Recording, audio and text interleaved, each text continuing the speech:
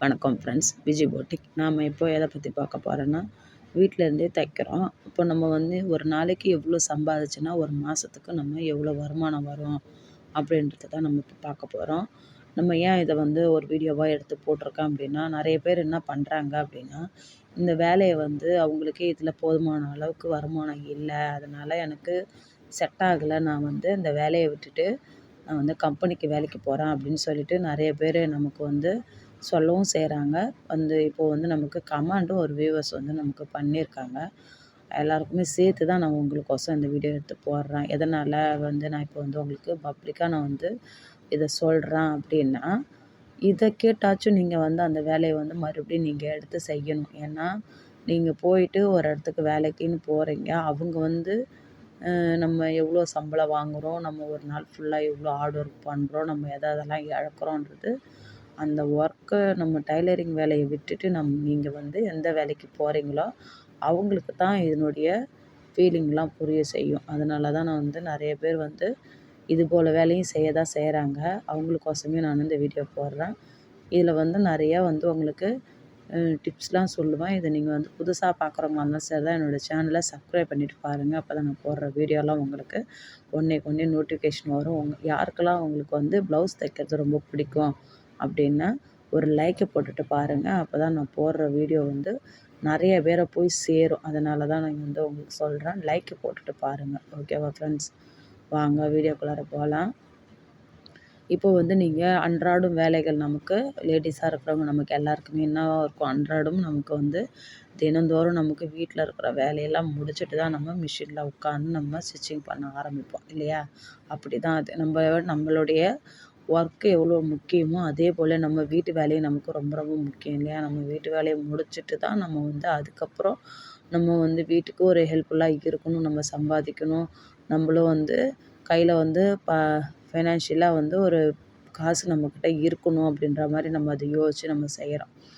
அப்போ நம்ம வீட்டை வந்து அப்படியே போட்டுட்டு நம்ம அப்படி செய்ய முடியாது. வீட்டு வேலையை முடிச்சுட்டு தான் நம்ம வந்து செய்கிறோம். அதுலேருந்து நமக்கு அந்த வேலையை முடிச்சுட்டு மீதி இருக்கிற டைமிங்கில் தான் நம்ம சம்பாதிக்கணும்னு நினைக்கிறோம். இதே வந்து ஒரு சில பேர் என்ன பண்ணுறாங்க அப்படின்னா, எல்லாமே முடிச்சுட்டு என்ன பண்ணிடுறாங்க, நமக்கு இந்த வேலையில் வந்து அந்த அளவுக்கு நமக்கு வருமானம் கிடைக்க மாட்டுது. அப்படியே கிடைச்சாலுமே அது வந்து எனக்கு போதுமானதாக இருக்க மாட்டுது அப்படின்னு சொல்லிட்டு என்ன பண்ணிடுறாங்க, கம்பெனிக்கு வேலைக்கு போகிறாங்க.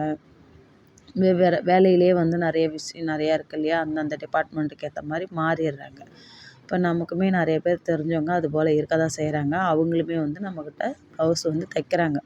இப்போ வந்து நான் நல்லாவே தைப்பேன், நான் வந்து என்னால் ஒரு ப்ளவுஸ் கூட வந்து ஸ்டிச் பண்ணி போடுற நிலமையில இல்லை, எனக்கு நானே டைலரிங் வேலையே வந்து நான் மறந்துடுவேன் போல் இருக்குது, ஆனால் எனக்கு ப்ளவுஸ் தைக்கலாம் ஆசையாகவே இருக்குது, என்ன பண்ணுறது, நான் செய்கிற வேலை அப்படி, எனக்கு வந்து சண்டேவில் மட்டும்தான் லீவ் இருக்குது, அன்றைக்கி ஒரு நாள் வந்து எனக்கு ஒர்க்கு ரொம்ப டைட்டாக இருக்கிறதுனால நம்ம அப்போ போய் மிஷினில் உட்காரணும்னு தோணாது, அன்றைக்கி ஒரு நாள் நம்ம ரெஸ்ட் எடுக்கணும்னு தான் தோணும் சிஸ்டர், நான் என்ன பண்ணுறதுனே தெரியல, ஆனால் எனக்கு வந்து ப்ளவுஸ் ஸ்டிச் பண்ணுறதுக்கு ரொம்ப ரொம்ப பிடிக்கும், அதில் வந்து எனக்கு போதுமான அளவுக்கு வருமானம் இல்லை, அதனால தான் நான் வந்து கம்பெனிக்கு வேலைக்கு போகிறேன் சிஸ்டர் அப்படின்ட்டு ஒரு நம்மளுடைய கஸ்டமர் ஒருத்தவங்க சொல்கிறாங்க நம்மக்கிட்ட. அவங்க வந்து அவங்க ப்ளவுஸை வந்து என்கிட்ட கொடுத்து ஸ்டிச் பண்ணுறாங்க.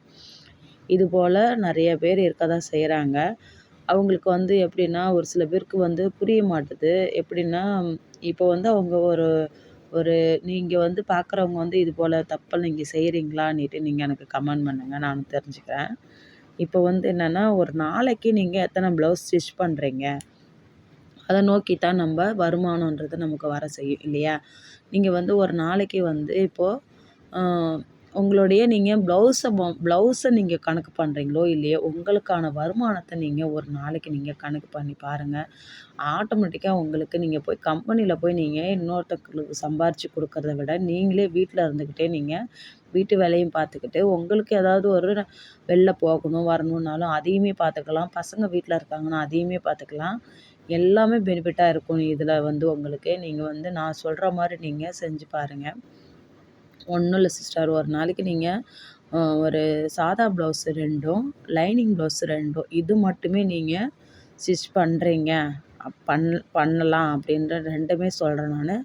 ஸ்டிச் பண்ணுறீங்க அப்படின்னாலுமே உங்களுக்கு வந்து உங்கள் சைடில் வந்து எவ்வளோ தையக்கூலி வாங்குறீங்களோ அதன் கணக்குப்படி நீங்கள் கணக்கு பண்ணி பார்த்துக்கோங்க. இப்போ வந்து என் சைடில் வந்து இப்போ நாங்கள் எங்கள் வீட்டாண்டலாம் வந்து எப்படின்னா, ஒரு சாதா ப்ளவுஸ்க்கு நான் நிறைய வாங்குறாங்க. நான் வாங்குறத மட்டும் சொல்லிடுறேன். நான் வந்து ஒரு சாதா ப்ளவுஸ்க்கு ரூ. 100 வாங்குறேன். லைனிங் ப்ளவுஸ்க்கு ரூ. 200 வாங்குறேன். ஸ்டிச்சிங்க்கு மட்டும்தான் இது.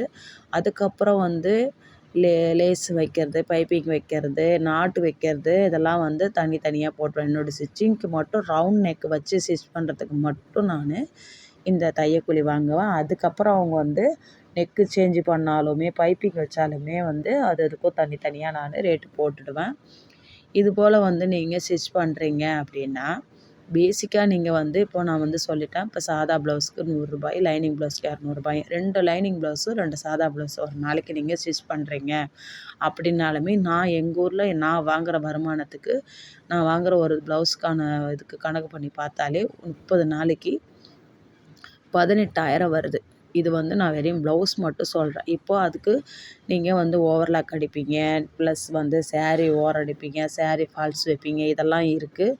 பத்தாததுக்கு உங்கள் வீட்டாண்ட இருக்கிறவங்க யாராச்சும் வந்து சுடிதார் ஓரம் அடிக்கிறது, கைலி ஓரம் அடிக்கிறது, நைட்டி ஓரம் அடிக்கிறது இது போல் உங்களுக்கு வர செய்யும். இதுவுமே நீங்கள் பார்க்குறீங்கன்னும் போது உங்களுக்கு வந்து ஒரு மாதத்துக்கு சும்மா நீங்கள் ரொம்பலாம் உடம்பு ரொம்ப அழட்டிக்கே தேவையில்ல. நார்மலாக நீங்கள் இது போல் ஸ்டிச் பண்ணாலுமே ஒரு 20,000 வரைக்குமே நீங்கள் சம்பாதிக்க முடியும்.